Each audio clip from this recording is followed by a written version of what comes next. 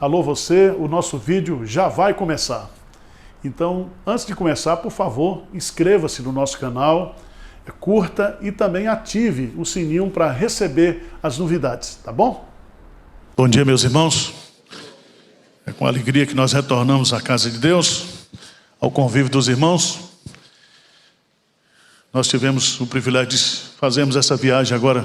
Foram 9 dias, Coreia, a convite dos pastores que estiveram aqui no mês de junho. E 4 dias você gasta na viagem. São 24 horas de voo e um fuso horário de 12 horas à frente. Mas quem já andou de Itapemirim, São Geraldo, isso pra gente não é problema.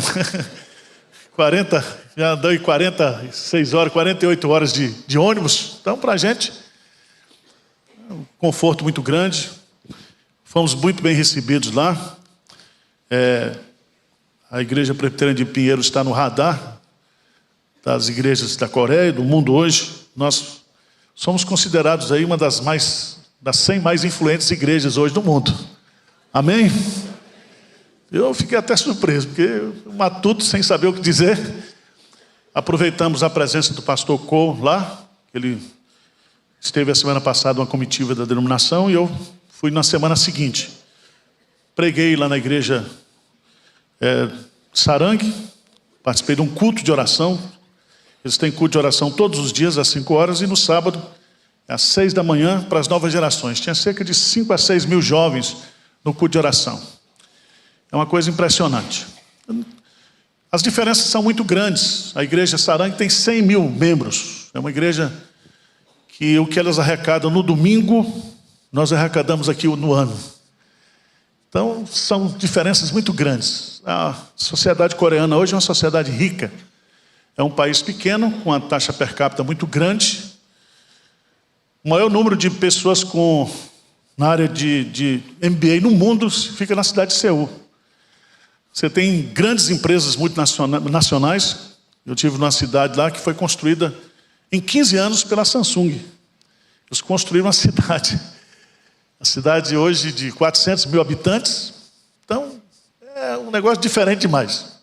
Mas tem também um monte de problema. Então, tem os defeitos lá que a gente não tem aqui. Tá certo? Então, todo lugar tem as suas vantagens e desvantagens, tem os seus... Mas nós, graças a Deus, demos o nosso recado, deixamos os nossos projetos lá. Nós fizemos uma apresentação em inglês de todos os projetos da PPTV, da Junta Missionária, da igreja local. Deixamos lá e fomos muito bem recebidos. E a relação com o Oriental é diferente, né? Você primeiro, para conseguir algum tipo de parceria, você tem que estabelecer uma relação de confiança, né? E desde 2013, nós temos estabelecido essa relação com as igrejas coreanas. Mas vamos esquecer coreano e vamos para a Bíblia. Mateus, capítulo 20. Mateus,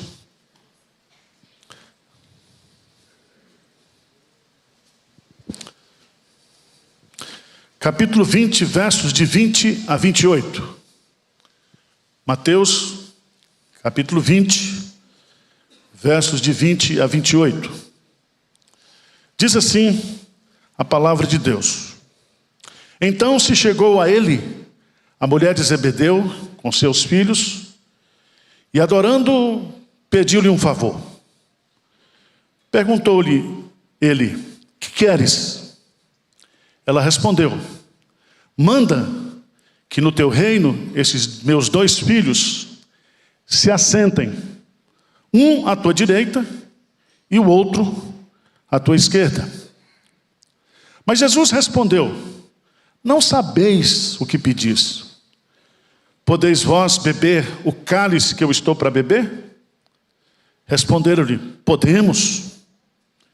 Então lhes disse: bebereis o meu cálice, mas o assentar-se à minha direita e à minha esquerda não me compete concedê-lo.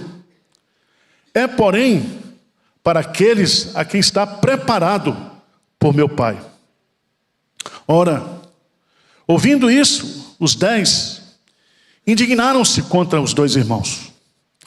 Então Jesus, chamando-os, disse: Sabeis que os governadores dos povos os dominam e que os maiorais exercem autoridade sobre eles. Não é assim entre vós? Pelo contrário, quem quiser tornar-se grande entre vós, será esse o que vos sirva. E quem quiser ser o primeiro entre vós, será vosso servo. Tal como o Filho do Homem, que não veio para ser servido, mas para servir e dar a sua vida em resgate por muitos. Amém. Meus prezados irmãos, eu quero meditar nesta manhã com vocês sobre o seguinte tema: a humildade é o caminho para a glória. A humildade é o caminho para a glória. É muito interessante quando a gente lê esse texto, porque ele está num contexto de produção cuja sociedade via o orgulho como uma virtude e a fraqueza como um defeito.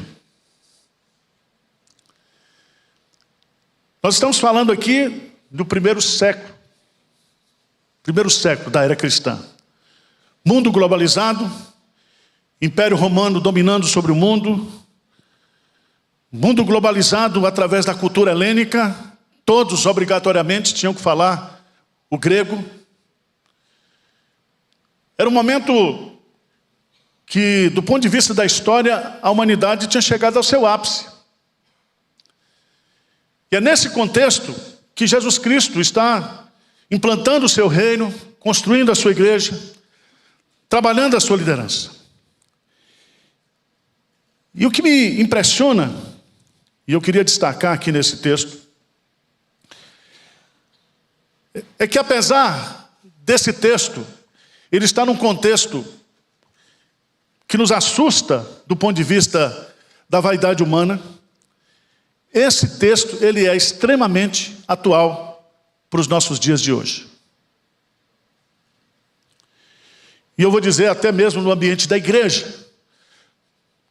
Nós vivemos numa sociedade hoje que busca a autopromoção, a autoglorificação. Nós vivemos numa sociedade hoje que fazer sucesso, ser feliz, ter prosperidade é o projeto de vida. Quando se fala em sofrimento, quando se fala em pagar o preço, quando se fala em humildade, parece-me que a gente está falando coisas absurdas. E é nesse texto que eu queria tirar algumas lições para nós. Olharmos para esse texto, olharmos para a minha vida pessoal, para a sua vida pessoal, e aprendermos o que Jesus está nos ensinando aqui. Jesus está nos ensinando a maneira correta, a maneira certa de buscarmos o reconhecimento, de buscarmos a exaltação, de buscarmos a glória. E ele vai trabalhar justamente nesse contexto aqui para nos ensinar princípios que eu acho de extrema importância para a minha vida e para a sua vida. Em primeiro lugar, maneiras erradas de buscar a grandeza. Maneiras erradas. Veja aí do versículo 20. Então se chegou a ele a mulher de Zebedeu com seus filhos e o adorando, pediu-lhe um favor. Perguntou-lhe: que queres? Vamos ler juntos? Ela respondeu: manda que no teu reino esses meus 2 filhos se assentem, um à tua direita e outro à tua esquerda. Então veja bem, aqui nós temos uma maneira errada de buscar posição, de buscar grandeza, de buscar reconhecimento, que é justamente a influência política.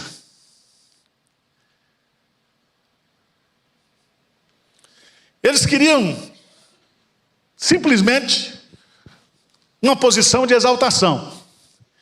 Queria mais ou menos assim, como se fosse hoje, fazer parte da Trindade. Jesus no centro, um à direita e outro o quê? À esquerda. Eu fico impressionado com isso, porque todos nós queremos posição de destaque. Todos nós queremos reconhecimento, humanamente falando.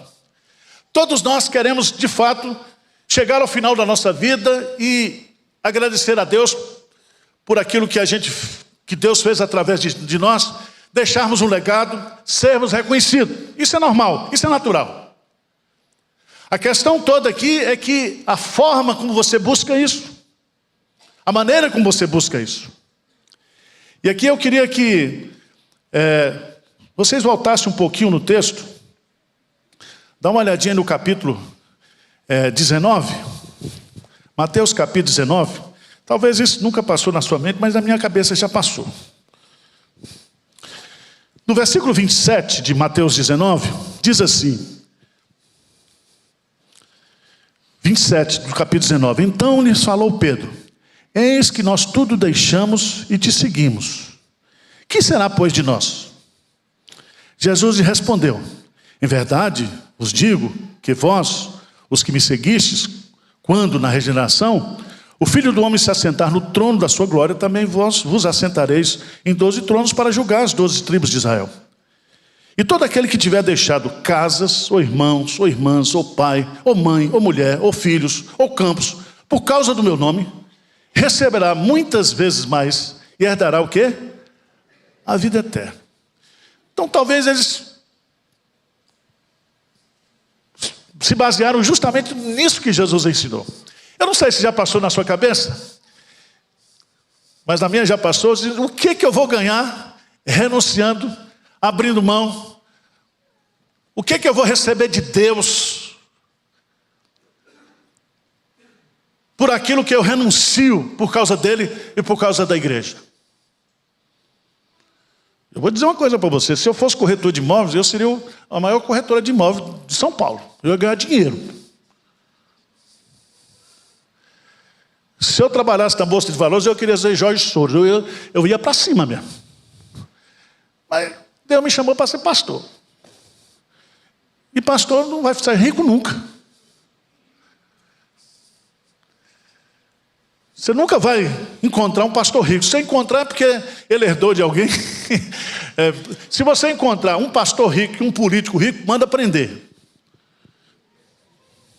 Porque se existem duas áreas que o cara não fica rico, é ser pastor e ser político. Se o político, a não ser que ele tenha outras atividades fora dessa função. Mas o que eu acho interessante aqui é que essa mulher chamada mulher de Zebedeu, ela se chama Salomé. Ela era irmã de Maria. E ela está querendo dar uma carteirada aqui.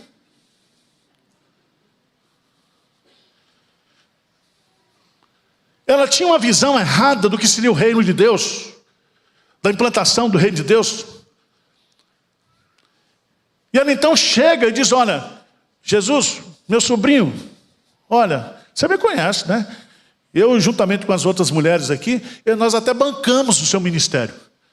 Eu queria fazer um pedido aqui, nos bastidores, eu quero usar aqui da minha influência familiar, que quando o senhor implantar o reino, que o senhor coloque um na Casa Civil e um no Ministério da Economia. Pronto.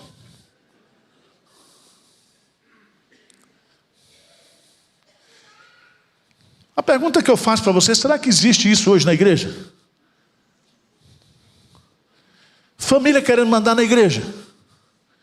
Pastor que tem um ministério e agora quer passar para o filho. O filho não vale nada, mas ele quer passar o ministério para o filho. Veja, que Jesus está nos ensinando aqui que a forma de ser reconhecido no reino de Deus não é através da influência política, do nepotismo.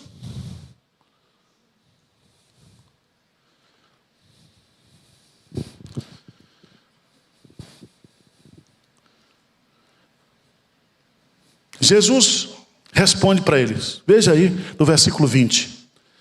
Veja o que Jesus responde no versículo 22. Mas Jesus respondeu: não sabeis o quê? O que pedis.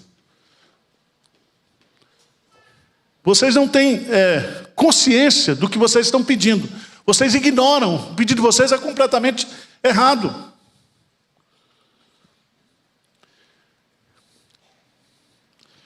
E Jesus vai estabelecer um princípio que eles talvez não entendessem. Veja, no capítulo 20, versículo 17, estando Jesus para subir a Jerusalém, chamou à parte os 12 e em caminho lhes disse: eis que subimos para Jerusalém, e o Filho do Homem será entregue aos principais sacerdotes e aos escribas. Eles o condenarão à morte e os entregarão aos gentios para serem escarnecidos, açoitados e crucificados, mas ao terceiro dia o quê?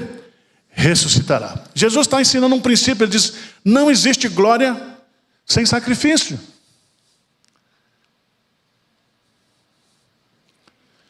Não existe, meus amados irmãos, caminho para a exaltação, para o reconhecimento de Deus, se não for através do sacrifício. Não há coroa sem cruz. Não há exaltação por parte de Deus se nós não pagarmos o preço do serviço, da humildade, da humilhação. E o que eu acho interessante é que esses discípulos, eles são tão estúpidos que eles, quando Jesus diz assim, podeis vós beber o cálice que eu estou para beber? Responderam-lhe: podemos. E a gente sabe que o cálice que Jesus estava para beber era o cálice do sofrimento da cruz. Ninguém jamais experimentou sofrimento como o de Jesus. Ninguém jamais bebeu o cálice da ira de Deus, da justiça de Deus, senão Jesus. Por mais que eu sofra no reino de Deus, por mais que você sofra, por mais que tribulações você tenha, jamais eu poderei comparar o cálice do meu sofrimento com o cálice que Jesus bebeu. Por isso, Hudson Taylor diz que não existe sacrifício tão grande para nós fazermos por Deus que seja maior do que o sacrifício que Jesus Cristo fez por nós. Qual é o preço que você está pagando hoje para ser cristão aqui em São Paulo, na igreja de Pinheiros? Você ficou extremamente contrariado por causa da corrida. Você teve que dar uma volta. Isso lhe deixou irritado. Que sofrimento. Você já notou? O que nós estamos sofrendo? Nós queremos reconhecimento, nós queremos glória. E a Bíblia fala que o sofrimento que nós passamos nessa vida, veja o sofrimento que eu e você poderemos experimentar, é incomparavelmente menor do que o peso da glória. Você imagine.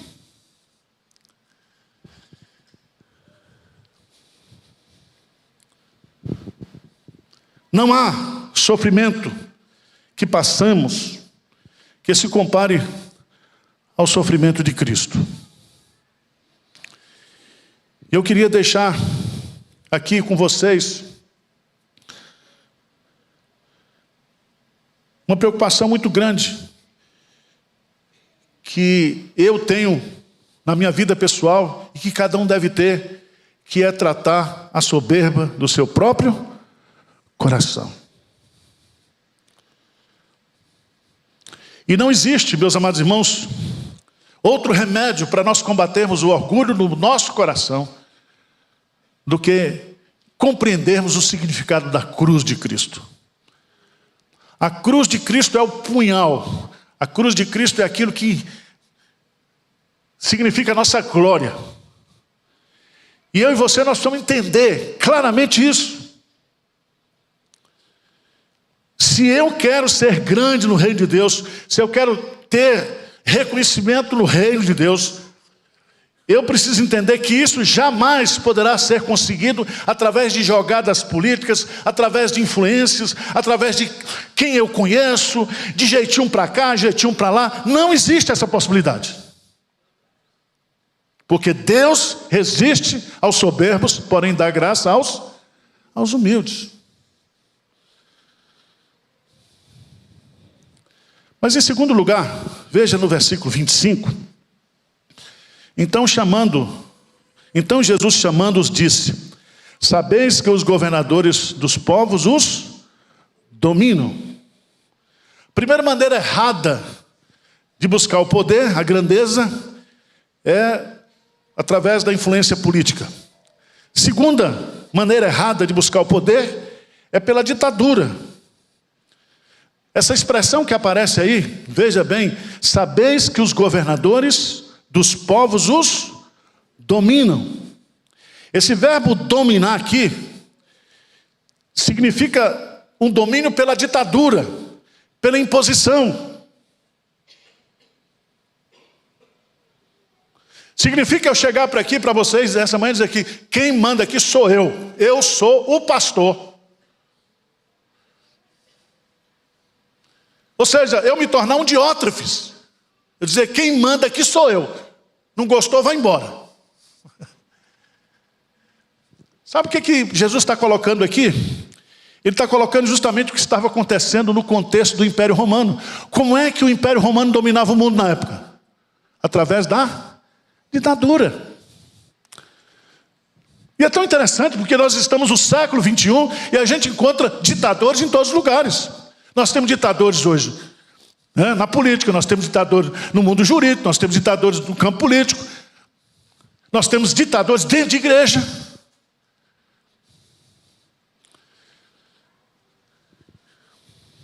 Ou não tem? Tem ou não tem?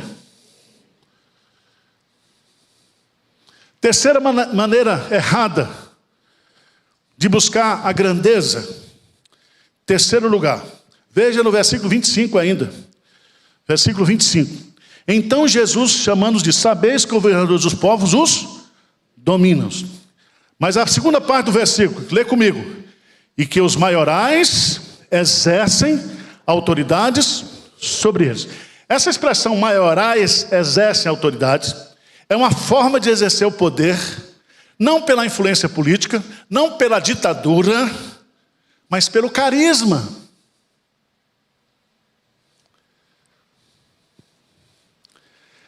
Maiorais exercem autoridade.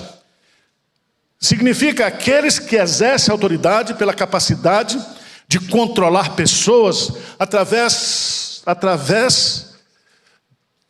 do seu carisma pessoal, da sua linguagem pessoal. Essa semana eu estava assistindo um pastor pastor entre aspas, dessas igrejas, e ele está meio quebrado agora, ele está pedindo dinheiro, ele está dizendo que está passando por uma perseguição muito grande. E ele começou a falar. E eu comecei a prestar atenção no que ele estava falando. E mais, meus amados irmãos, ele falou tão bonito, que quase eu fazia um pix.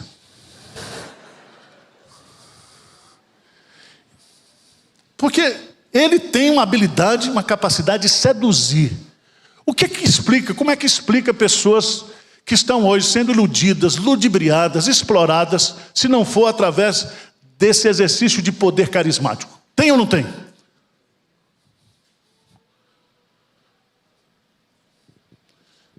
Pessoas que exercem o poder manipulando. Isso é uma característica dos falsos mestres. Isso é uma característica diabólica.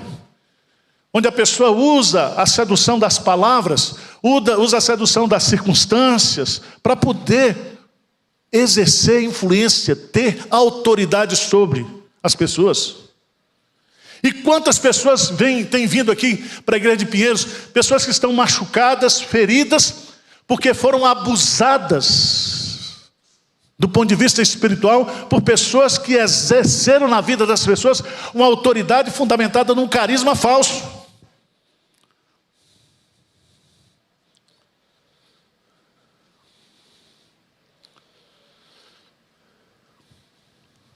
Mas vamos ler, por favor, versículo 26. Vamos ler juntos? Mateus 20, 26. O que diz aí? Não é assim entre vós. Pelo contrário, quem quiser tornar-se grande, será esse o que vos... Presta atenção. A maneira de conseguir reconhecimento, projeção no reino de Deus, não é através da influência política, não é através da ditadura, não é através do domínio carismático. É através do serviço. Por que serviço? Porque só serve quem é humilde. Sabia disso? Por isso que eu não gosto de restaurantes self-service. Você gosta? Eu gosto de à la carte. Porque eu gosto de ser o quê? Servido. Todos nós, irmãos, temos dentro de nós esse desejo de ser servido. É interessante que hoje na igreja, cada vez mais as pessoas, os membros, eles têm direitos, eles têm regalias, poucos deveres, poucas obrigações, pouco envolvimento, pouco serviço, pouco compromisso. E Jesus está dizendo, olha, os princípios que regem a sociedade sem Deus não são os princípios que devem prevalecer dentro da igreja, dentro do reino de Deus.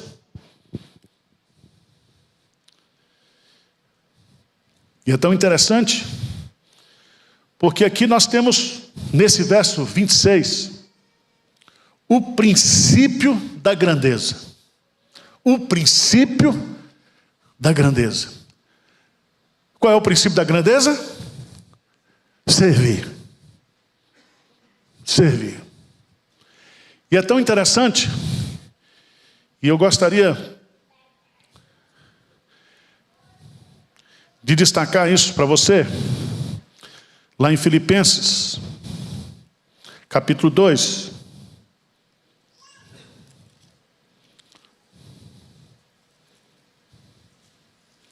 Desculpa, Colossenses, capítulo 3, por favor.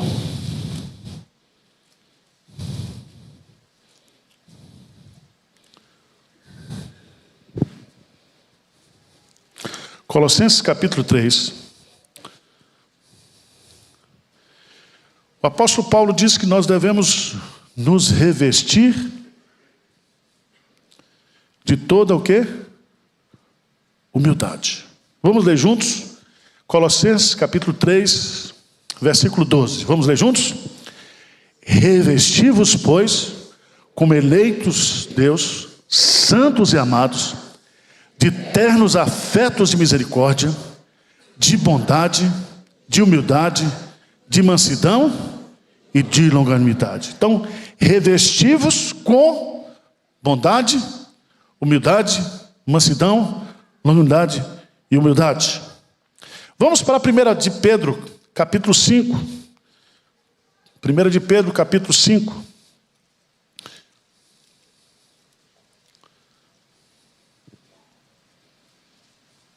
No versículo 5, o que diz aí? O que diz? Rogos igualmente aos jovens, sede submissos aos que são mais velhos, outros sim, no trato de uns com os outros, cingivos todos de... Porque Deus resiste aos soberbos, contudo aos humildes concede... Bem forte o versículo 6, o que diz? Humilhai-vos, portanto, sob a poderosa mão de Deus, para que Ele, em tempo oportuno, vos exalte. Preste atenção. Não receba exaltação na igreja, no reino de Deus, que não seja exclusivamente a exaltação de Deus. Não confie e não ponha o seu coração na exaltação de homens.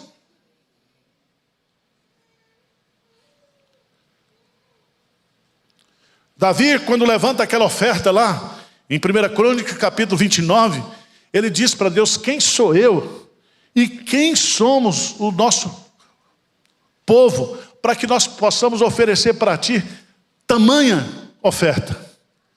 E ele, na doxura, diz: porque a ti pertence o poder de engrandecer, de exaltar.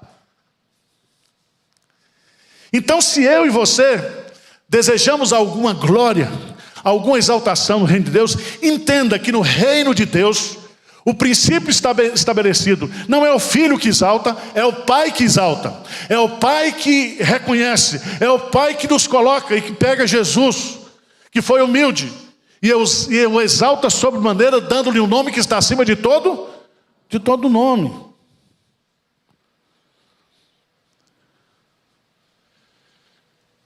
Precisamos aprender. E essa palavra serviço é uma palavra muito forte, porque só existe 3 palavras no grego para definir o que é servir, o que é servo. A primeira delas é a palavra diáconos. Diácono significa aquele que serve às mesas, aquele que está preocupado em agradar o outro. É a palavra que é usada para Jesus aqui, porque porque o Filho do Homem não veio para ser servido, mas para o quê? Servir. Ele diz: eu vim para ser diácono, eu vim para servir. Existe outra palavra no grego, que é a palavra doulos, que é mais profunda ainda, porque a palavra doulos é aplicada justamente àquele servo que não tem vontade própria, que não tem querer. É aquele que é escravo mesmo, que a razão da sua vida, a razão da sua existência é agradar o seu Senhor, é servir o seu Senhor. Existe outra palavra no grego para servo, além de diáconos, além de doulos, que é a palavra hiperetes, que é traduzida muitas vezes pela palavra ministro, ministrar. E essa palavra vem justamente do campo da navegação. Na época do Império Romano não havia os motores que impulsionavam a navegação, mas homens que ficavam na proa dos barcos, trabalhando com os remos, para que o navio pudesse andar, mesmo tendo a capacidade da vela, mas era aquele trabalho ali eles comiam, ali eles faziam as suas necessidades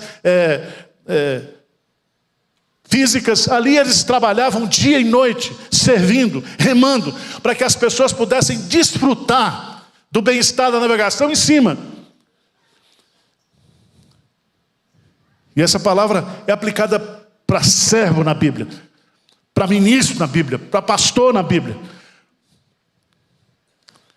Que os homens, diz o apóstolo Paulo, nos considerem como ministros de Cristo. E a palavra ministros ali é hiperetes, servos, escravos, que trabalham para o bem do outro, que dá a sua vida para que outros sejam beneficiados. Vocês estão entendendo o que eu estou dizendo aqui ou não? A maneira correta de alcançar a grandeza, o reconhecimento no reino de Deus, é através da humildade que se expressa no serviço, na dedicação.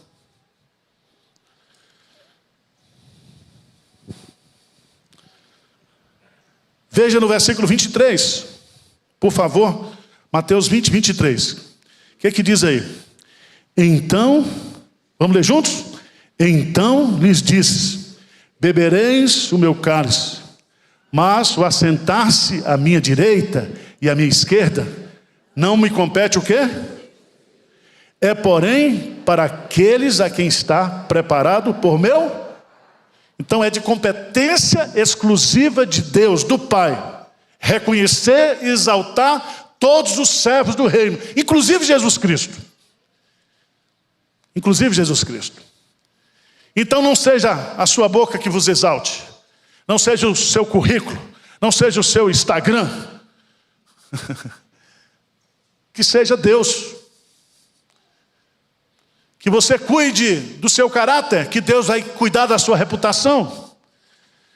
que você cuide da sua vida pessoal com Deus, e Deus vai ser o seu defensor.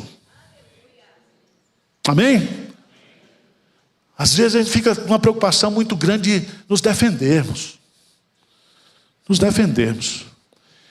E há um versículo muito forte que está lá em Isaías, que eu queria compartilhar com vocês, para a gente fazer a aplicação desse texto.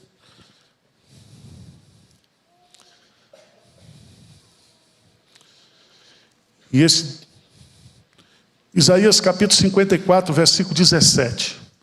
Grife esse versículo na sua Bíblia. Vamos ler juntos? O que diz aí?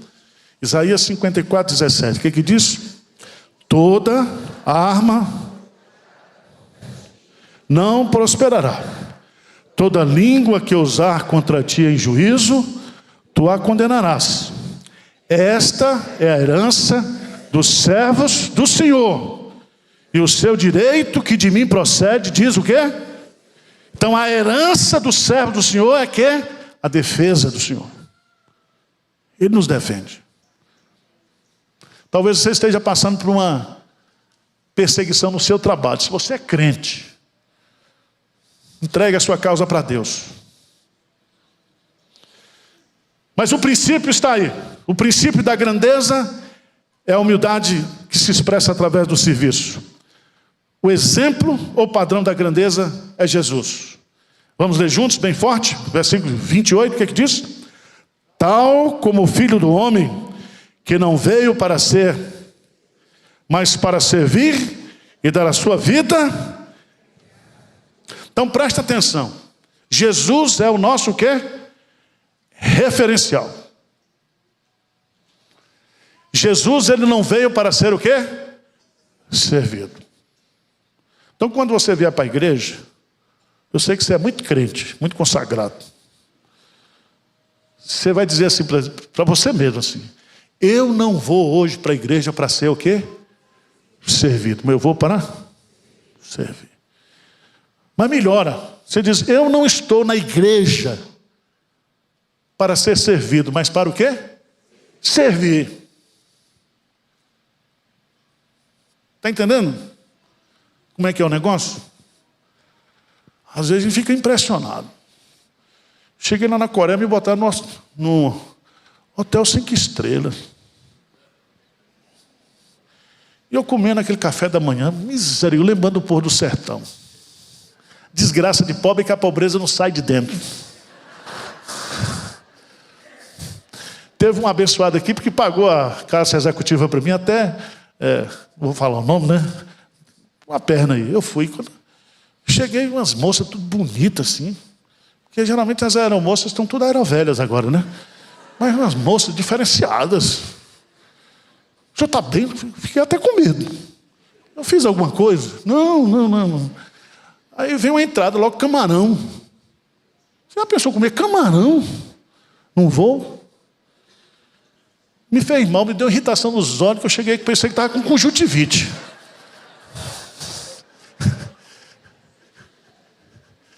Presta atenção, irmão. Nós não estamos aqui para ser o quê? Servido. Então, às vezes eu me sirvo até de besta. Porque tem gente que você sabe que está dando um golpe em você, pedindo coisa. Você serve. Você serve. Eu quero chamar a sua preciosa atenção. Porque Jesus, ele tinha todos os direitos, tinha todos os privilégios. Ele abriu mão de tudo para ser servo. Humilhou-se a si mesmo, sendo obediente até a morte, morte de cruz. Que esse Espírito possa tomar conta da nossa igreja. Que a igreja de Pinheiros seja uma comunidade de servos. A começar em mim. Se vocês encontrarem soberba, vai encontrar, mas fala comigo.